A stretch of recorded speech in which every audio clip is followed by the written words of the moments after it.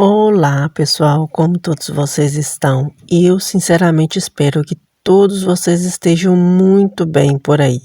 Sejam muito bem-vindos ao nosso podcast, Uma Leitura no Cinema. Eu me chamo Gisele Santos e sempre venho trazer aqui as minhas dicas, as minhas impressões sobre livros, sobre filmes e séries. Tudo que a gente conhece de entretenimento e também de literatura nós trazemos aqui. Bom, nesse episódio nós vamos ter uma mudança pelo seguinte. Eu gravava em um outro tipo de aplicativo, ele teve uma alteração recentemente, então por isso o nosso episódio ele vai ser todo somente em formato áudio, do jeito que vocês estão ouvindo o meu áudio, sem a música de fundo. Em breve nós vamos corrigir isso por aqui, mas por enquanto ele vai ficar somente assim, sem música de fundo, né? Mas trazendo o conteúdo que a gente quer trazer para vocês. Então, essa semana tem muita coisa legal. Tem uma série curiosa que a gente tem que falar sobre ela, que não passou batida, mas assim, de certa forma, acabou passando um pouco pelo meu radar. Mas vamos trazer também os episódios da semana, das séries aí que a gente faz a cobertura semanal que estão bombando. Então, sem muitas delongas, que o episódio hoje vai ser um pouquinho diferente, vamos então começar o episódio de hoje.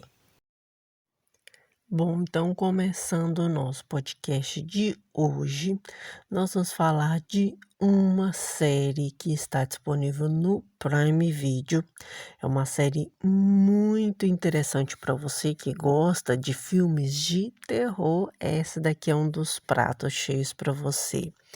E essa série, ela me lembrou muito aquela série From, que a gente tem ela disponível no streaming do Globoplay. Também ela tem a ver com essa questão da segregação racial, né? As questões raciais que nunca deixaram de estar em evidência e também eu acredito que nunca devem deixar de estar em evidência, né? Teve uma série da HBO chamada Lovecraft Country, não sei se vocês estão lembrados, nós já falamos sobre ela aqui no canal em outras temporadas anteriores. E esta aqui também é uma série incrivelmente interessante para você que gostou mais ou menos do esquema dessas duas séries, mais de Lovecraft Country, que tem um pouco mais a ver com o assunto. Então, nós vamos falar de Them. É a série disponível no Prime Video, igual eu falei anteriormente, nós vamos falar sobre ela aqui no canal. Não tem spoiler, vocês podem ficar muito tranquilos com relação a isso, mas é uma série bem interessante da gente acompanhar. Então, aqui em Them, a gente vê essa família, que é a família Emory, que estão saindo ali do estado da Carolina do Norte para Los Angeles, esses bairros mais suburbanos que tem na região. É uma série baseada na década de 50, ou seja, quando a gente teve aquele problema com as migrações de negros nos Estados Unidos. A gente viu que era uma situação extremamente periclitante nessa época.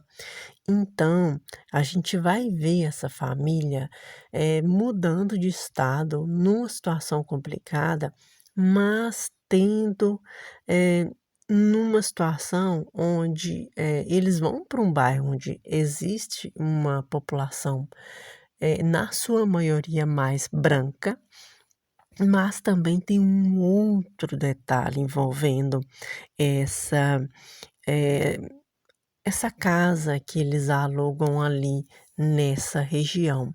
Então, você vai ver aqui esse misto de sobrenatural com também o próprio preconceito, né, dessas pessoas ali.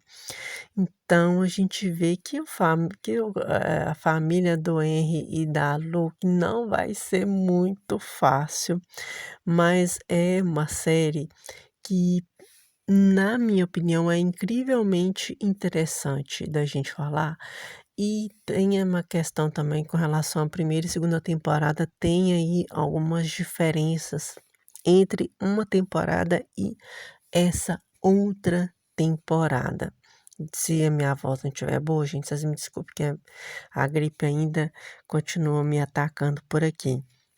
Mas eu achei muito interessante, primeiro a questão de figurino, né, que é uma coisa que aqui não deixa mesmo a desejar, eu gostei bastante dessa questão do conteúdo. Tem também uma outra questão que é assim, não é uma série fácil de maratonar. Eu vou ser muito franca com vocês, porque é uma série que você vai, assim, ficar meio presa na ponta da cadeira. A gente tem, assim, muito essa questão dos sustos mesmo. Eu fiquei meio, assim, cismada quando eu vi a série. Mas é uma série, na minha opinião, muito interessante. Teve também uma questão de uma polêmica com relação à primeira temporada. No momento está passando a segunda temporada. Se eu não me engano, está no terceiro episódio da segunda temporada. A primeira tem 10 episódios e também tem uns bônus também. É uma série que pode agradar a algumas pessoas e a outras não, e tá tudo bem. Não tem por que ser diferente.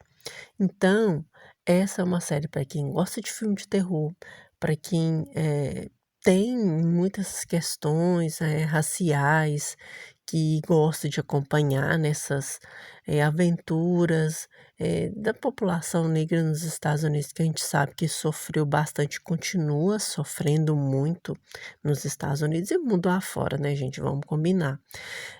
Que são questões que precisam sim ser debatidas até hoje. E acho um assunto que precisa e deve continuar sendo debatido por aí.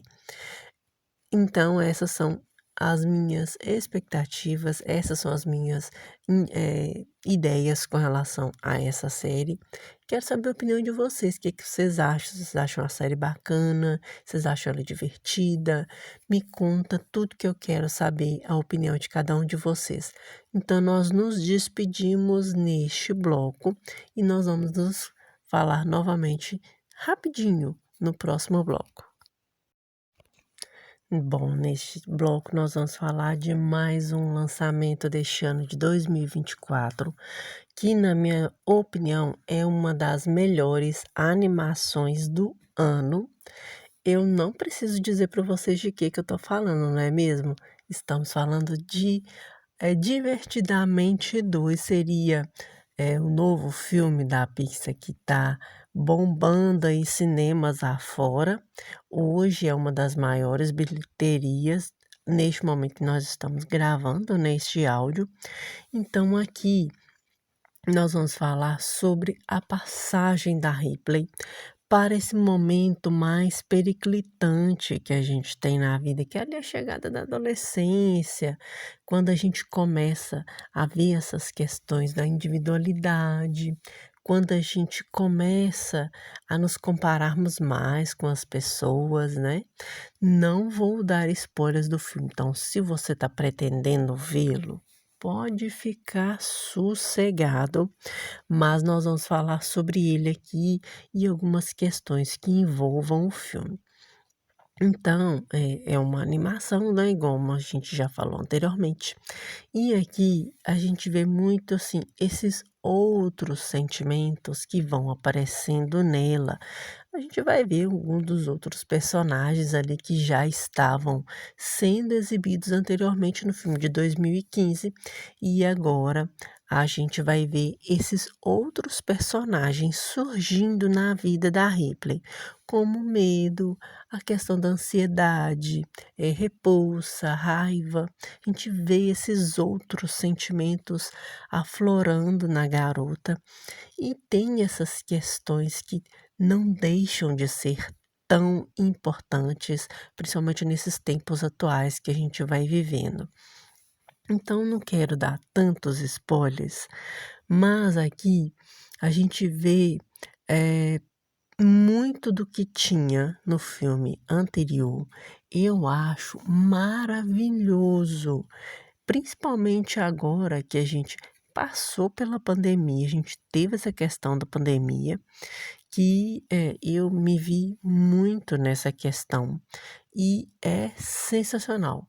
Aqui, igual, por exemplo, na minha cidade, a gente vê muitos alunos de escolas, muito nessa faixa etária, assim, da adolescência, vendo esse filme, e acho que é um filme da gente debater muitas questões, principalmente de saúde mental, mas eu vejo, uma outra questão que é bom a gente analisar, é mesmo essa questão da própria autoaceitação da pessoa, esse ver as diferenças, a gente pode colocar isso aqui nesse filme, porque esses sentimentos, eles acontecem independente do de qual fase da vida que você está vivendo, mas principalmente nessa parte da adolescência, porque você está conhecendo outras pessoas, você está começando a conhecer a sua sexualidade.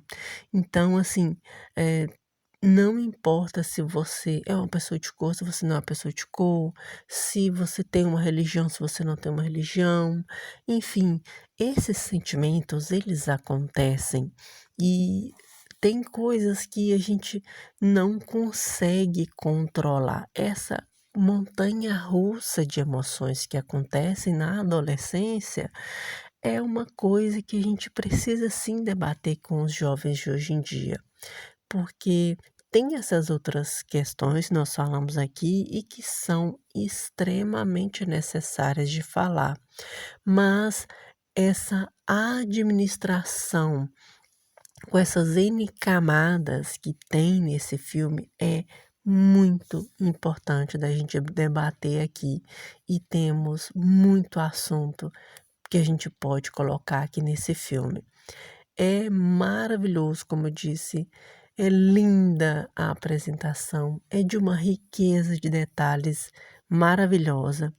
Tem um personagem ou outro que você pode gostar ou não, e isso está também no filme um, tá tudo ok, tá tudo certo, mas o assunto em si, dessa questão da saúde mental e dessa questão da administração desses sentimentos pelos jovens, pelos adolescentes, isso é posto em evidência aqui e eu amei, como isso foi colocado. Foi uma maneira bem didática mesmo, bem prática, bem assim, no ponto principal do tema. Eu amei essa animação e quero saber a opinião de vocês com relação a essa animação. Você tá curtindo, você não tá curtindo, você pretende ir ao cinema, quer levar os seus filhos, seus sobrinhos, sua família? Não perca tempo, aproveite e assista. Vai demorar um pouquinho para ir para o Disney Plus, tá? A Disney tá querendo colocar uma janela de 100 dias e que eu acho muito bom, porque ter essa janela também é interessante pra tanto para a questão do filme ser mais conhecido, ser mais divulgado. Às vezes no cinema eu vejo que essa divulgação é mais bacana. Às vezes pelo streaming, quem assina ou quem não assina acaba perdendo um pouco o time. E esse sentar e eles debaterem esse assunto é ótimo. E se o seu filho viu o filme, debata com ele, olha com ele o que ele achou do filme, é muito importante essa conversa. Então, essas são as minhas impressões, essas são as minhas dicas com relação a Divertidamente 2. Quero sim saber a opinião de cada um de vocês e o que os seus jovens e adolescentes estão falando sobre o filme. Então é isso, nos vemos no próximo bloco. É só aguardar um momentinho, pega ali um cafezinho, chá e volta aqui para a gente continuar o nosso bate-papo. Nesse bloco, vamos continuar então a cobertura semanal de The Boys. Então vamos ao sétimo episódio. Esse é o penúltimo episódio da quarta temporada, então vão conter aqui spoilers do episódio em questão, se caso você não viu ainda o episódio. E aqui, teve criador de conteúdo que achou um dos melhores da temporada, teve gente que desanimou da série. Então você vai ver de tudo aqui. Mas na minha visão, é mais um episódio importante dar aquela desacelerada na série para dar o sprint final. E eu vou ser franca com vocês aqui de todo coração, porque Eric Kripke, o que que acontece? Se você já assistiu Supernatural na época que ele era o produtor da série, você vê que ele dá umas derrapadas também em Supernatural. E aqui não deixa de ser diferente, além do que tem diversos atores que trabalharam em Supernatural aqui. Parece que a turma da banda do Eric é essa e eu amo isso. Mas voltando ao episódio, aqui a gente vê algumas questões que são sim importantes e finalmente a gente vai descobrir o que que é realmente a tal operação checkmate que eles estão querendo fazer, que é o plano inicial ali do Capitão Pátria e da Manassabe, que, gente, o Pátria, ele tenta ser o personagem menos, influenciável da série como um todo, mas acaba sendo o mais influenciável, porque foi só aquela questão ali com a Espoleta já foi o suficiente para ela cair nas graças dele e ele dispensar a Manassabe, ou seja, foi aquele troco que ela acabou fazendo, com, a Espoleta. E aí, eu fiquei pensando aqui o seguinte: tem aí uma teoria de que, Ryan vai acabar enfrentando o Pátria, principalmente por causa daquela questão ali daquele, aquele especial de Natal, porém ali mais infantil, onde ele tá ali, interagindo com os bonequinhos ali, personagens do set, e a gente vê que o Ryan realmente não concorda com nada daquilo, e essa teoria é uma teoria interessante, é uma teoria que a gente pode pensar nela. Os The Boys, a gente já vê que tem aqui algumas questões que muita gente não tem gostado, que é a questão, principalmente assim, sobre esse arco confuso dos personagens dos The Boys. A gente vê que a Luz Estrela está cada vez mais sozinha, a gente vê o Leitinho numa situação em que ele acaba tendo que proteger mais ainda sua família, e ali até no final do episódio tem aquela cena em que ele ia para viajar e acabou não viajando. A gente vê também o arco da Kimiko também, do French, que tá bastante confuso mesmo, mas de certa forma eles já são assim desde o início, então não tem muito o que pensar. E a gente já sabia que, inicialmente a gente imaginou que ia ser o French, que ia ser o cientista que ia trabalhar com o tal vírus, mas essa adição dele nesse novo experimento, essa mutação desse vírus, e que agora, pelo que tudo indica, ele funciona, não vai, digamos, eliminar o Pátria, mas que pode eliminar os outros subs, né. Vocês viram o que que aconteceu com a perna da Kimiko, então, eles podem agora, né, depois que eles fizeram aquele experimento lá com a Kimiko, que eles podem então, às vezes, mudar mais ainda esse vírus e o que que vai acontecer com esse vírus, né. E a gente tem também, outras questões, tem a questão do campo de concentração, que o que que seria essa tal ideia? Seria, vocês viram lá que a Victoria Newman está se preparando para ir para a Casa Branca, porque em janeiro eles tomam posse, o Robert Singer como o presidente. Então a ideia vocês já viram ali, com a captura ali da Luz Estrela, e eu tô pensando quem será que é aquela pessoa que vai resgatar ela, né? Será que é a Manassabe, igual muita gente aí tá achando? Ou eh, pode ser diversas pessoas. A gente viu o trem-bala ali sendo descoberto e agora tendo que vazar fora, até tirou aquele chip, que é o chip rastreador, né, para o Pátria não ir atrás dele. E aí a gente vê essa questão que, tem o Metamorfo agora, que ele, na captura da Luz Estrela, ele vai se passar pela Luz Estrela. Então a ideia é o quê? É eliminar o Singer para que a Victoria Newman seja a presidente e que pegue os outros subs que não concordam com o poderio do Capitão Pátria, vá para os campos de concentração. Vocês estão lembrados disso dos outros episódios anteriores. Então, basicamente, o plano é esse, tudo sussa.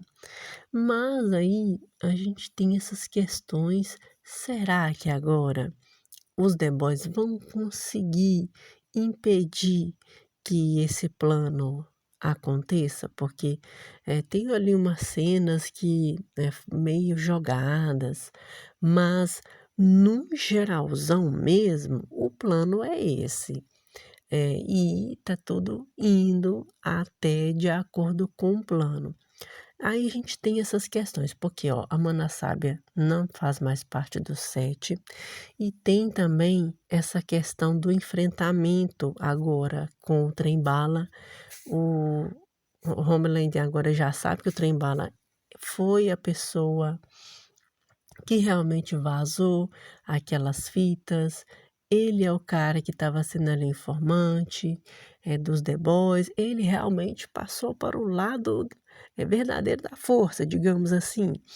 E como é que vai dar essa história toda? Eu tô sentindo um cheirinho aí de que alguém vai de arrasta nesse fim de temporada. E quem será que vai de arrasta? Eu tenho umas definições aqui, mas até o momento não se sabe. Vamos aguardar aí o 8º episódio para a gente poder saber. Mas é bem curioso o que eles estão tentando fazer aqui para a última temporada, né? Billy Butcher voltando sendo, né, digamos, o líder ali dos meninos. Tem aquele enfrentamento ali no local, né, no QG deles.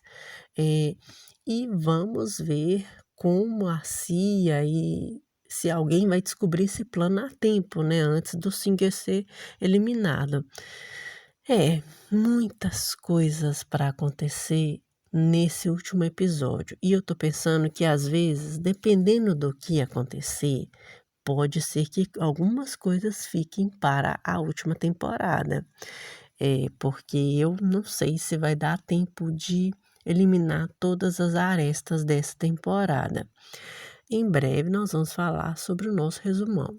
Respira e confia que vai dar tudo certo.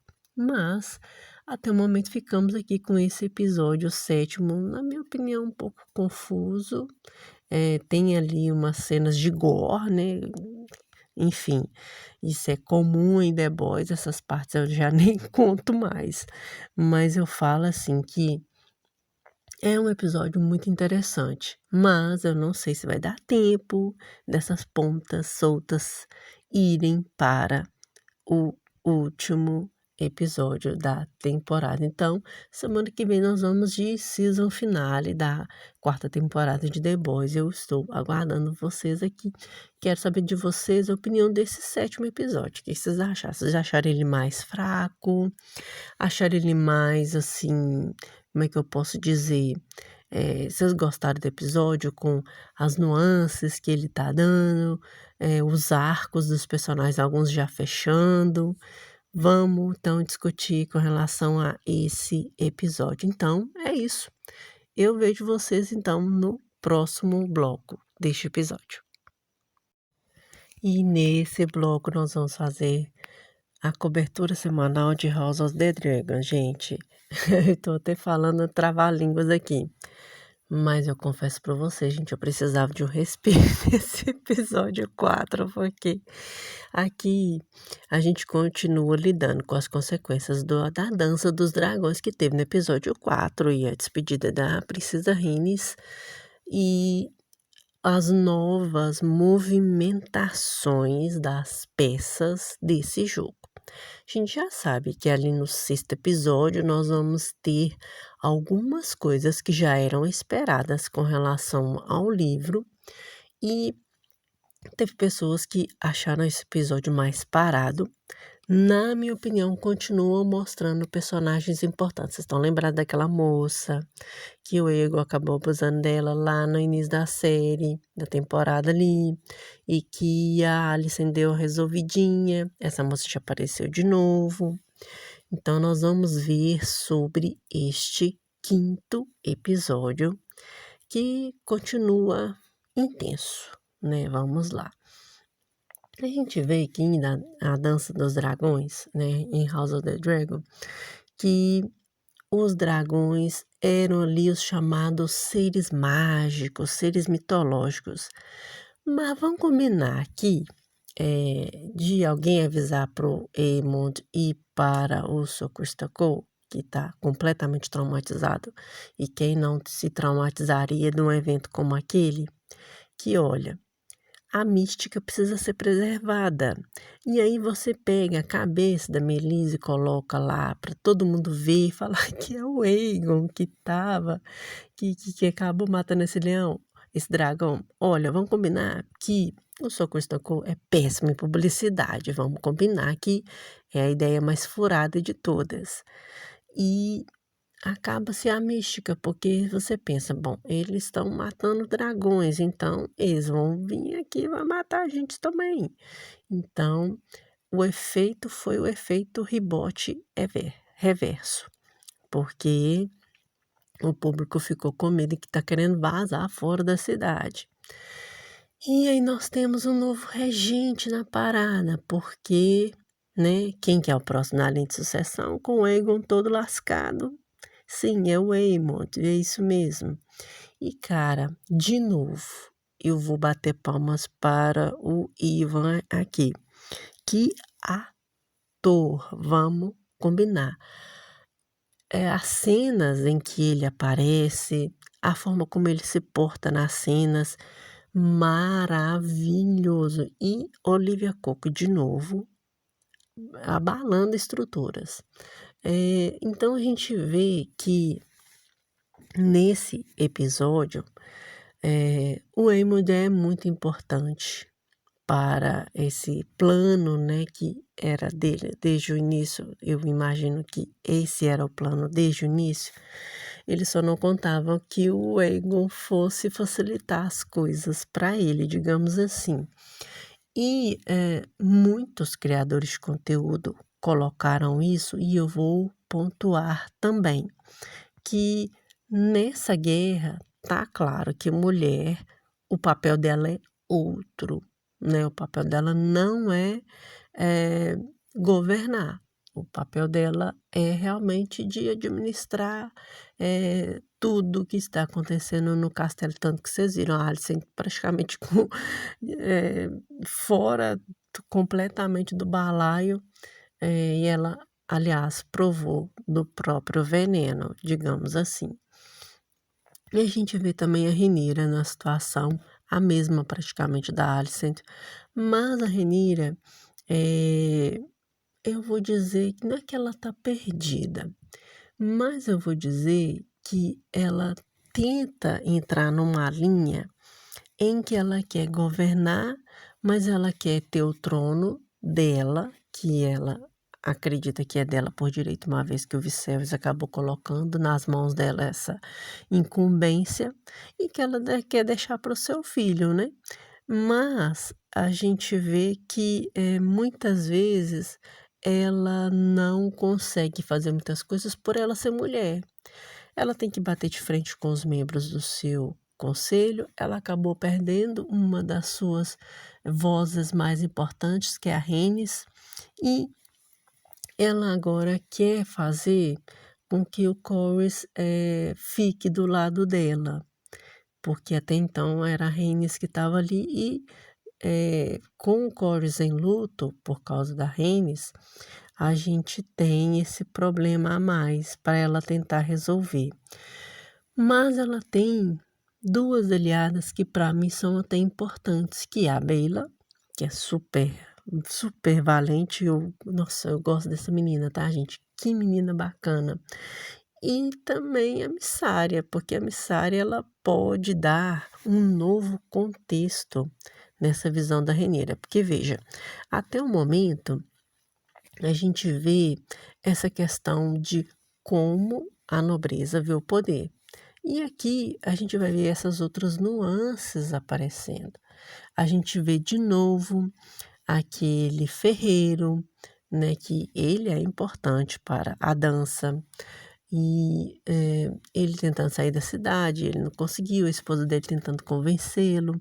Então, assim, você vê ali a população sofrendo com tudo que aconteceu, ainda mais agora com os portões fechados. Então, a a Missara, ela falou isso com a Rhaenyra: existem outras formas de lutar essa guerra, e uma dessas formas é realmente indo ali aonde o inimigo acha que ele está coberto de razão, coberto de certeza. E a gente vê, né, que pode ser uma excelente estratégia, ao contrário da estratégia do Aemond e do Sir Criston Cole. Outro ponto aqui, que é o outro arco dessa temporada nesse momento, né, pelo menos, que é a situação de Harrenhal. Ali em Harrenhal, a gente vê que o Daemon tá numa situação um pouco parecida com a situação da Rhaenyra, mas também com a do próprio Aemond, porque o que acontece? É uma luta que a gente já viu que ele quer travar com a Rhaenyra, mas ele quer o mesmo que o Aemond quer. E na verdade ele quer o trono para ele. E aí a Rhaenyra até pediu um dos seus membros mais ferrenhos do seu conselho, que é o cara que estava lhe dando um maior trabalhão para ela, pedindo para ele ir no Daemon, falar assim, chegar nele e falar assim: ô coleguinha, deixa eu te contar, nós vamos continuar aqui a conversa e eu quero saber se esse exército está tentando juntar aqui, se é para mim mesmo, porque, né, você sumiu, esse boy bem complicado, como é que é? Você me ajuda? Como é que vai ser? E aí a gente tem a questão de novo com os Bracken e os Blackwood, que o Daemon ficou sem saída. Nitidamente o Daemon não conhecia a sua população. E o cara quer governar, mas ele não sabe como faz, ele só acha que é Dracarys e é isso mesmo. Voltando àquele papo que a Alicent e o Aegon tiveram naquele episódio, antes, né, do fatídico BO que deu a cena, em que não é só você ter a coroa na cabeça que você vai ser rei, que as pessoas vão fazer o que você quer. Porque muitas vezes você só passa de um peão no jogo dos tronos, que muitas vezes o rei não governa, que muitas vezes ele só é um peão para poder ser usado nas estratégias. Ou ele vai caçar, ou ele vai fazer outra coisa, e a gente vê que nem o Daemon é completamente pronto para governar. Outros criadores de conteúdo não gostaram muito do que a Rhaenys fez na questão do episódio anterior, de como o Daemon tá agora, mas se a gente for pensar bem, eles conhecem a guerra de uma outra maneira, porque agora tem uma guerra com dragões, então o pessoal tá meio assim, pisando em ovos, sem saber como fazer. Eu acho que o único que está assim mais, os dois, na verdade, na minha opinião, que estão mais propensos a entender essa guerra e a tentar lutá-la como ela deve ser lutada, é o Jace, que ele fez aquele papel maravilhoso, indo ali nas Gêmeas, tentando negociar com a Casa Tully para poder ter essa passagem do Cregan Stark, conseguir passar e poder abastecer o exército da mãe dele, que para mim foi sensacional, e o próprio Aemond, porque quer queira, quer não, ele não tá indo com sede ao pote, ele sabe como manipular, ele sabe como mexer nesse jogo, sabe? Ele conseguiu tirar a mãe e o irmão de escanteio muito facilmente e às vezes ele pode até tirar outras pessoas, né? Vamos combinar. E aí a gente vê o final do episódio também, essa outra questão de que o Jace coloca para a Rhaenyra: olha, nós temos dragões aqui, a Veiga, ela não é imbatível, porque ela é a dragão mais forte que eles têm, mas nós temos mais dragões, o que não tem é quem doma, é quem doma eles, quem treina eles, na verdade, né? O Martin acabou nos corrigindo recentemente que domar dragão não tem jeito, você tem que treiná-lo para que ele aceite você como treinador dele, como montador dele. E aí vai essa procura agora com relação a esses esses treinadores de dragão, montadores de dragão. Então, começa agora essa busca por o sangue diluído dos Targaryen. Será que os bastardos agora vão entrar em cena? Porque eu acho que nós teremos bastardos aqui, hein? Interessante essa história. Então, vamos aguardar o 6º episódio. Pelo trailer, a gente já viu que tem-se um certo perigo para tentar montar esses dragões. E o que vocês acharam desse episódio? Vocês acharam ele mais lento? Mas qual é a importância que vocês viram nesse episódio? Para mim, teve peças importantíssimas sendo mexidas, alianças ali sendo resolvidas, que podem mudar os rumos da dança dos dragões. Olha, agora temos, enfim, a dança. Você queria dança? Então temos dança. Os dragões estão dançando, né? E a gente morrendo do coração, né? Digamos assim, a gente ficando com o coração na mão, com eles dançando. Então é isso. Quero saber a opinião de cada um de vocês. Não, tá precisando beber água aqui. A boca secou aqui. Mas essas são as minhas impressões do 5º episódio de House of the Dragon. E quero saber a opinião de vocês com relação a este episódio que vocês estão achando da 2ª temporada da série. Em breve, nós vamos fazer o resumão dela. Respira e vai sair sim. Então é isso, gente. Eu me despeço de vocês nesse bloco e a gente se vê então no próximo bloco. Então é isso, gente. Eu me despeço de vocês nesse bloco. Desde já agradeço muito, muito obrigada para você que tem nos acompanhado. O nosso podcast vai passar por umas alterações, mas fiquem tranquilos, em breve vai dar tudo certinho.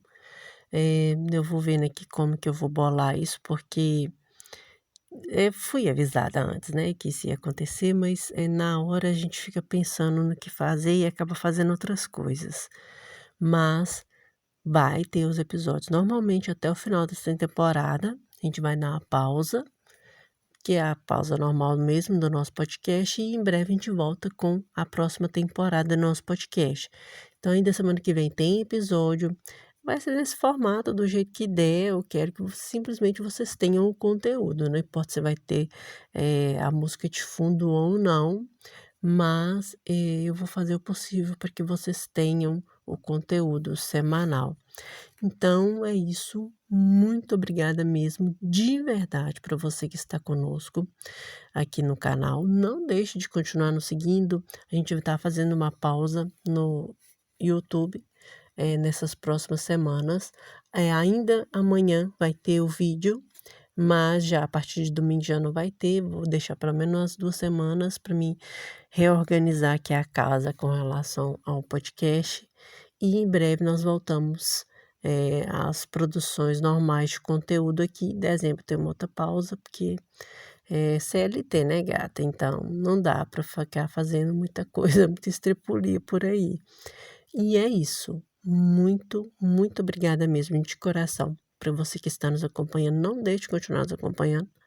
Que Deus abençoe a vida de cada um de vocês mesmo, de verdade. E nos vemos então na próxima semana. Um grande abraço e até lá.